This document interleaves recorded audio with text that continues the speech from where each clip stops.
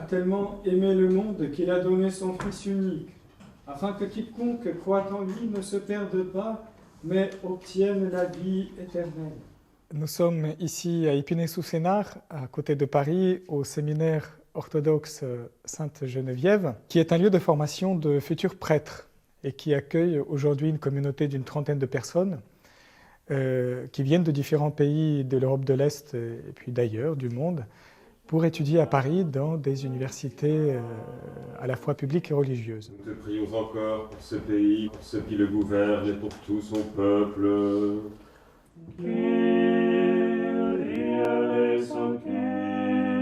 Je suis à la tête de cette communauté depuis sa création il y a plus de 11 ans déjà.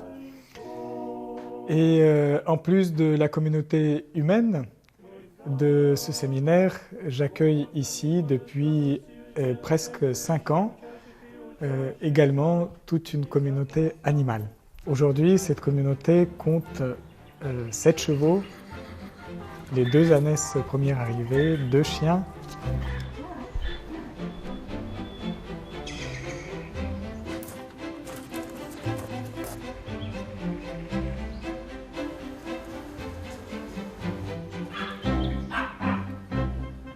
Et toute cette communauté cohabite avec les séminaristes et les formateurs de cette maison. Je m'en occupe avec l'aide d'un certain nombre de bénévoles et puis de confrères qui, comme moi, partagent cette passion des animaux. On me pose souvent la question pourquoi un prêtre et un moine s'occuperaient-ils des animaux et vivraient-ils avec des animaux à temps plein ? À cette question, j'ai envie de répondre qu'il faudrait plutôt expliquer pourquoi un moine ne s'occuperait pas des animaux.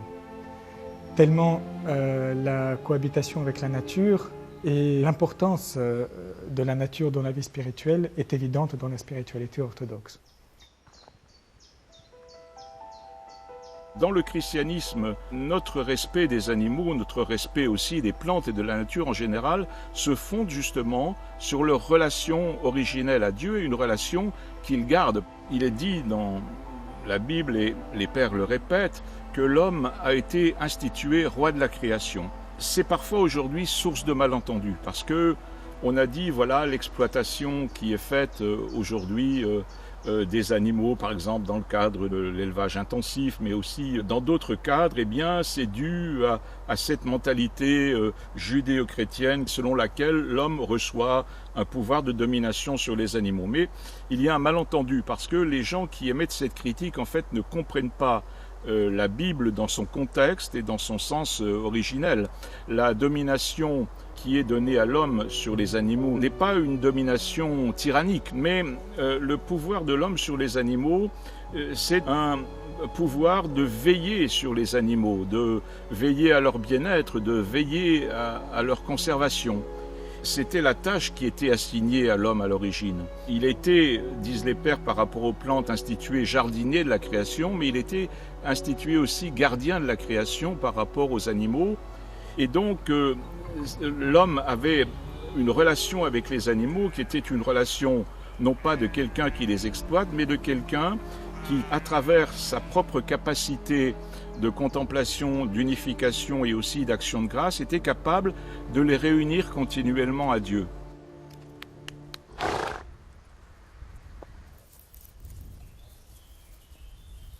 Cette attitude a été brisée par le péché.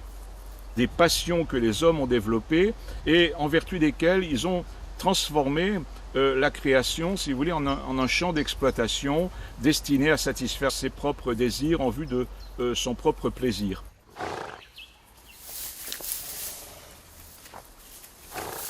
De plus en plus, les animaux sont associés à des qualités ou à des défauts, à des passions ou alors au contraire à des vertus.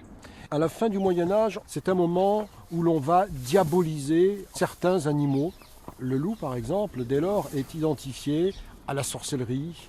D'autres animaux ont été déjà diabolisés ou sont identifiés au diable. Je pense au bouc, je pense au serpent. L'être humain projette sur les animaux ce qui est de sa propre nature, en quelque sorte. Aujourd'hui, d'une part, on connaît beaucoup mieux les animaux dans leur vie propre, dans ce qu'ils sont. On découvre qu'ils ont une sensibilité, qu'ils ont des sentiments finalement comme les êtres humains, qui sont capables de s'adapter à des situations complexes qu'ils rencontrent, qu'ils sont capables d'amitié aussi, finalement qu'ils nous ressemblent beaucoup tout en étant différents, mais qu'ils nous ressemblent beaucoup aussi à bien des égards dans ce que nous pensions être le propre de l'homme.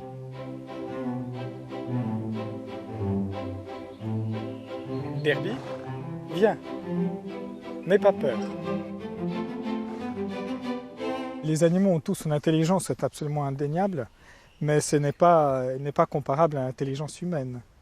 C'est une autre forme d'intelligence. Alors après, ils apprennent aussi à communiquer avec les humains à leur manière. Ils communiquent d'une manière très claire dans leur langage, mais par des gestes, avec les oreilles, avec les lèvres, avec les yeux, parfois avec la voix, mais rare. Un étalon qui exprime sa joie à sa jument, il hennit, mais d'une manière très particulière. Ou les chevaux, oui, je sais. Là, c'est parce qu'il veut que je lui gratte la queue. C'est un endroit qui est difficilement atteignable pour eux, donc c'est les services que je leur rends. Ce que les chevaux peuvent nous apporter à nous, pas seulement les chevaux d'ailleurs, les ânes et tous les animaux, mais les chevaux en particulier, ces animaux sont organisés d'une manière très hiérarchique. Dans le troupeau, il y a un étalon pour plusieurs juments. Et l'étalon, son rôle est de protéger le troupeau, les juments et les poulains. Et en haut de la pyramide, il y a la jument principale, la matriarche. Et la matriarche, son objectif, c'est de faire les choix et de prendre les décisions pour l'ensemble du troupeau. Donc, où est-ce qu'on broute, qu'est-ce qu'on mange, qu'est-ce qu'on fait, quand est-ce qu'on se repose, quand est-ce qu'on court, quand est-ce qu'on joue. Donc tout ça, c'est la jument qui prend les décisions. Entre les talons et la jument, les rôles sont très très bien répartis. Ce n'est pas le mâle qui décide chez les chevaux, c'est la femelle, la principale jument. Donc c'est matriarcal pour le coup chez les chevaux, c'est pas patriarcal. Mais ce qui est paradoxal, c'est que dans une société aussi hiérarchisée, chez les chevaux, toutes les études montrent que ce sont en fait les plus haut placés qui ont la vie la plus difficile. Parce qu'en fait, ce sont eux qui ont la vie la plus stressée du fait de porter la plus grande responsabilité. Donc, ils ont certes une priorité pour l'accès à l'eau et à la nourriture, mais en réalité, ils sont plus sur leur garde et les moins bien placés, en fait, sont les plus tranquilles, les plus calmes, les plus sereins. Donc ce qui est d'une certaine manière, vous voyez dans le règne animal, l'illustration de la parole de Jésus, le premier parmi vous, qu'il soit le serviteur de tous. Donc en fait, le plus haut placé chez les chevaux, c'est celui qui sert les autres.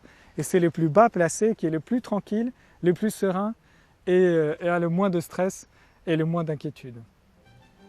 Donc voilà l'exemple d'une société hiérarchisée au service d'autrui et non pas pour son propre bien.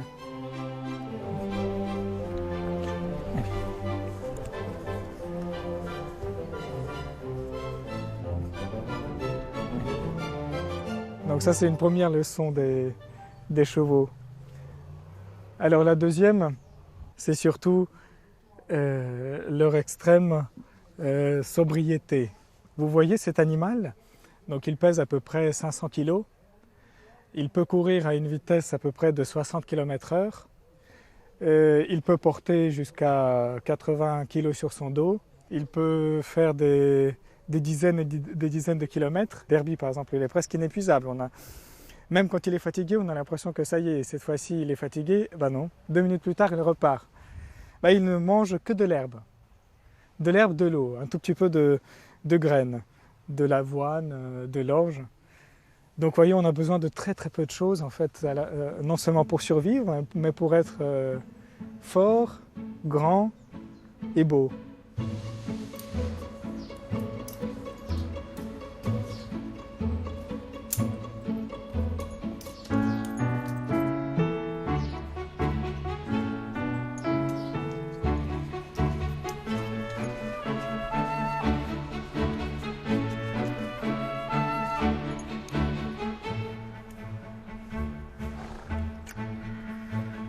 Moi, quand je suis arrivé au séminaire, il n'y avait que 2 ânes et j'ai assisté à la grande transformation par la grâce des animaux du séminaire.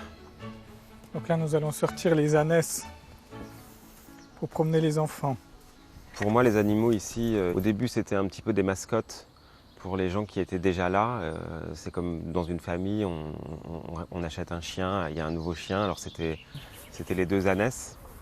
Et puis au fur et à mesure, ça a vraiment transformé la communauté et sans doute que ça l'a ouverte aux voisins, aux curieux qui venaient d'abord voir les animaux, mais un petit peu comme on va au zoo. Et puis après, c'est devenu une expérience vivante avec la pratique de l'équitation, qui a vraiment comme vertu de ramener, non pas dans l'église, mais au bord de l'église, dans l'atmosphère de l'église, des gens qui en sont loin.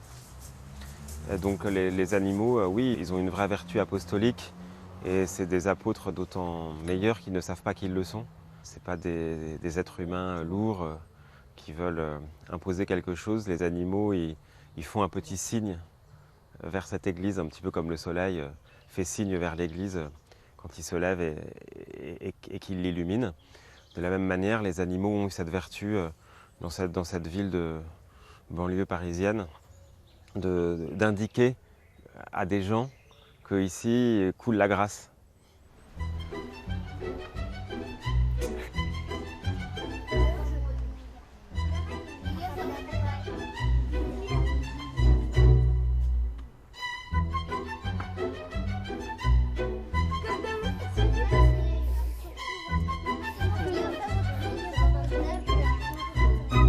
Nous avons notre fidèle Béatrice, qui est aussi cavalière, qui va nous aider à sceller et à promener les enfants avec les ânesses.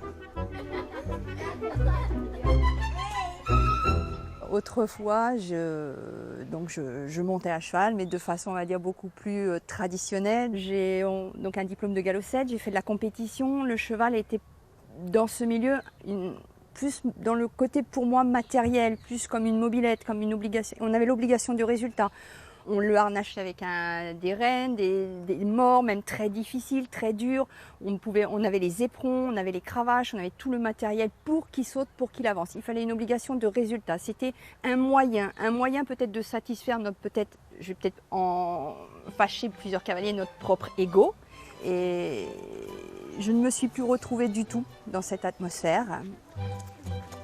Les ânes, c'est beaucoup plus calme que les chevaux.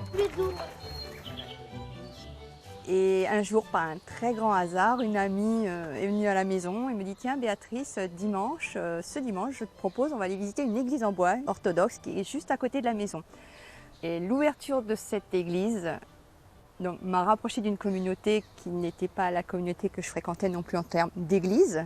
J'étais plus reliée à l'église de Rome. Oui, mais là, David, elle est bien dressée pour marcher, pour s'arrêter un peu moins. Par cet esprit de Dieu qui m'a amené à ouvrir cette porte de cette communauté auquel je me suis rattachée, avec qui je communie, j'ai retrouvé l'esprit du cheval. Le Père Alexandre m'a amené à découvrir cette communion avec le cheval qui est de monter sans contrainte, dans la relation, dans l'amour avec un grand A et dans le respect aussi de la créature. Et cette approche de l'animal qui est très spirituelle et également dans l'essence pure, le must, l'idéal, c'est de pouvoir la transmettre, soit à d'autres personnes qui veulent monter, qui veulent nous rejoindre, également l'essentiel aux enfants, pour montrer qu'au travers du cheval, de l'animal, cette créature appartient à Dieu et nous sommes tous enfants ou créatures de Dieu, nous sommes ensemble et nous marchons ensemble. Ils ont dit qu'ils s'ennuient.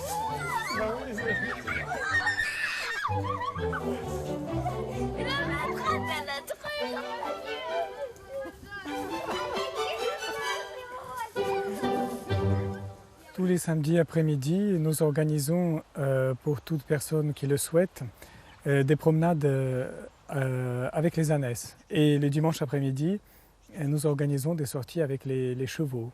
Nous nous retrouvons à 15h et nous partons dans la forêt de Sénart ou dans d'autres forêts voisines pour une promenade de 2h30, 3h à peu près. Voilà, et François qui va se charger de Fason. Béatrice. Jacqueline Higuago. Voilà, si vous pouviez aider pour Almaël. Moi, je prends Derby.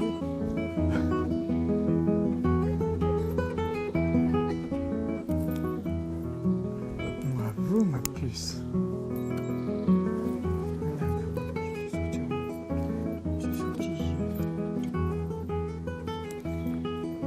J'avais le désir de reprendre une activité physique qui soit, je crois, en lien à la fois avec l'univers spirituel de l'orthodoxie, mais aussi, je crois, un excellent remède quand on a la tête dans les livres et dans la réflexion toute la semaine. C'est une chose excellente de passer un peu de temps dans la nature auprès des chevaux. Pour moi, il y a beaucoup à apprendre de la pratique de l'équitation en forêt pour la vie spirituelle. Quand je chevauche avec Fason, je vois que c'est un animal qui est à la fois très vigilant et complètement rêveur. Très vigilant parce qu'il est attentif au moindre craquement, au moindre bruissement, à la moindre chose qui bouge. Et rêveur parce qu'il est très contemplatif. Il est pleinement absorbé dans la nature qui l'entoure. Et je crois que c'est un bel enseignement pour la vie spirituelle. Il nous faut être rêveur, il nous faut être contemplatif. C'est Saint Porphyrios l'Atonite qui disait « Celui qui veut devenir chrétien doit d'abord devenir poète ». Mais c'est aussi un appel à l'attention, à la vigilance, comme le chrétien est invité à être très vigilant à toute présence de Dieu, à tout appel de Dieu dans sa vie. Fason aime particulièrement galoper, c'est un cheval très fidèle, un cheval fiable. Il a un caractère extrêmement doux, et je l'aime beaucoup. J'espère que lui m'aime bien aussi, en tout cas il me supporte. Les animaux sont devenus pour moi un véritable lien avec les autres humains. Et la présence d'une ânesse ou d'un cheval à côté de moi quand je me promène dans la forêt de Sénart ou dans les villes voisines attire l'attention et elle engage aussi les contacts. Donc en réalité, contrairement à ce qu'on pense, le fait de s'occuper des grands animaux ne vous coupe pas des humains, mais vous permet d'établir des relations et des liens qui sans eux auraient été impossibles. Il y a quelques années, en me promenant au bord de l'Yerres, j'ai rencontré un jeune garçon qui m'a demandé s'il pouvait monter une de mes ânesses. J'ai accepté et ça fait 3 ans qu'il vient toutes les semaines monter les ânesses et m'aider à m'occuper de mes chevaux. C'est un jeune Français d'origine malienne, un musulman pratiquant, extrêmement amoureux des chevaux. Comme d'ailleurs c'est le cas de beaucoup de musulmans, parce que le cheval a une place très importante non seulement dans le christianisme, mais aussi dans l'islam. Je viens ici parce que je suis intéressé par les chevaux. C'est ma passion. Depuis longtemps, je voudrais être jockey plus tard. Ici, ça peut m'apprendre beaucoup, le respect de l'animal et comme en prendre soin. Des fois, il ne faut pas penser qu'à nous-mêmes, il faut penser à eux.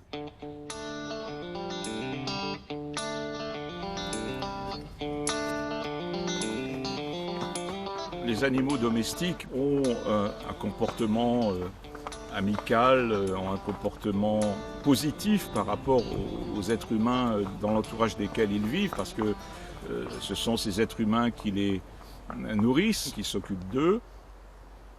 Mais ce que l'on peut voir dans les vies des saints, c'est comment les saints sont approchés des animaux sauvages et comment ces animaux sauvages deviennent les familiers des saints.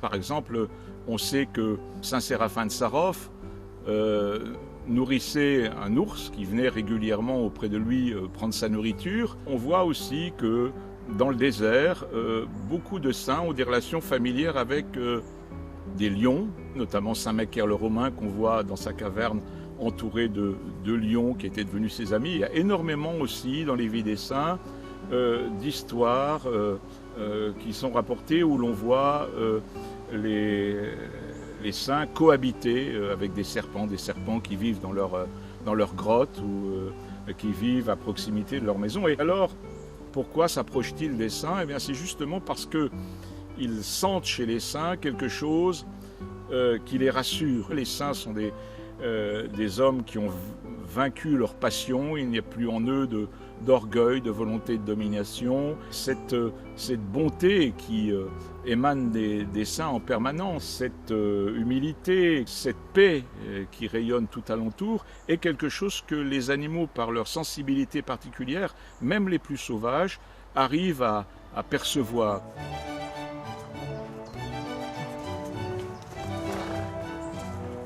Allez, la promenade se passe très bien, tout le monde est en vie. Nous avons traversé toute la première partie de la forêt de Sénart. Nous avons trotté, nous avons galopé aussi pour certains. Voilà, les chevaux sont calmes, dynamiques mais calmes. Personnellement, j'aime beaucoup les grandes vitesses. J'aime galoper, surtout dans les allées de la forêt. Et en plus, ça fait très plaisir aux chevaux, ça les détend. Et puis, ça développe la confiance entre le cheval et le cavalier. Allez, Doudou, allez. Merci. Allez, Dave. Le fait de m'occuper quotidiennement des animaux m'apporte beaucoup comme moine. D'abord, ça vous apprend l'humilité parce qu'il faut ramasser le crottin.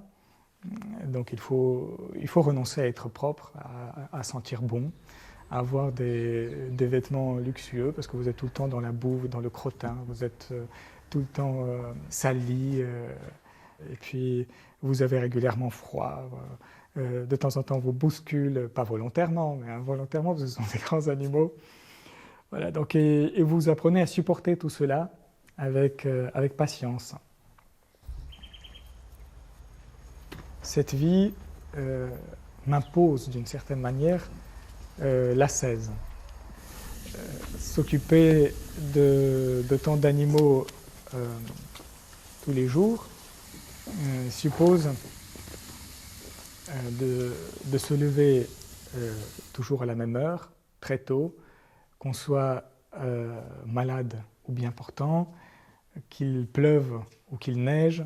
On est tenu au même rythme, aux mêmes horaires, aux mêmes obligations qui ponctuent votre journée de la même manière que la prière ponctue la journée d'un moine. Alors comme prêtre, ça m'apporte aussi beaucoup parce que le ministère pastoral auprès des animaux, c'est principalement un ministère de service. Je monte mes chevaux, mais je les monte 3 ou 4 fois par semaine pendant, disons, 2-3 heures chaque fois.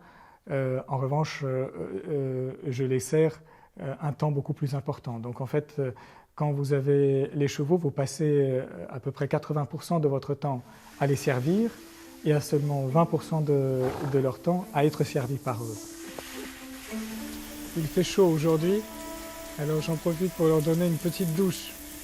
Le père Alexandre a beaucoup changé ces dernières années au contact des animaux. Je pense que les animaux lui ont permis de mieux comprendre la paternité. Toute l'énergie qu'il a investie dans une espèce de paternité première auprès des animaux qui sont les petits-enfants, il ne l'a pas retirée aux grands enfants, aux adultes que sont les séminaristes, mais il a placé les séminaristes en situation d'être des fils, mais des fils adultes.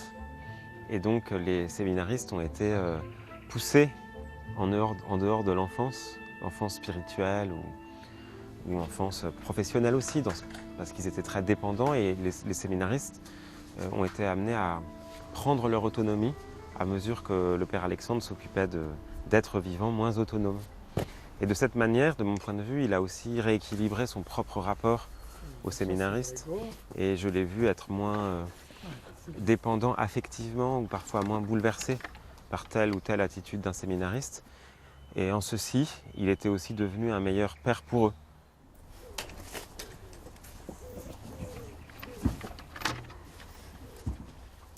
À chaque fois, après avoir distribué la nourriture aux chevaux, j'en profite pour faire une petite prière avec eux. Et alors les chevaux se mettent en général en cercle autour de moi. Ils demandent aussi des caresses. Il y a ceux qui se mettent plus près, comme Derby, qui est un vrai pot de colle. C'est mon tout premier cheval. Comme c'est le mâle alpha du troupeau, il a droit à une plus grande proximité. Et les autres se mettent autour, là, comme Brégo et Almaël. Quesnel avec Fason généralement sont derrière, ils terminent toute la nourriture. Je me sens un peu comme dans la grotte de Bethléem, où Jésus-Christ est né, entouré des animaux. Pour moi, mes animaux ne sont plus simplement des animaux, ce qu'on appelle de compagnie. Ce sont des véritables amis. Chacun a une personnalité à part, chacun a une relation particulière avec moi. Et je les vois vraiment comme mes amis, comme ma famille. Et les animaux sont capables vraiment d'amitié. Ce sont des amis fidèles qui n'abandonnent pas, qui vous acceptent tel que vous êtes et qui sont très heureux de vous rendre service en échange de tous ceux que vous leur rendez.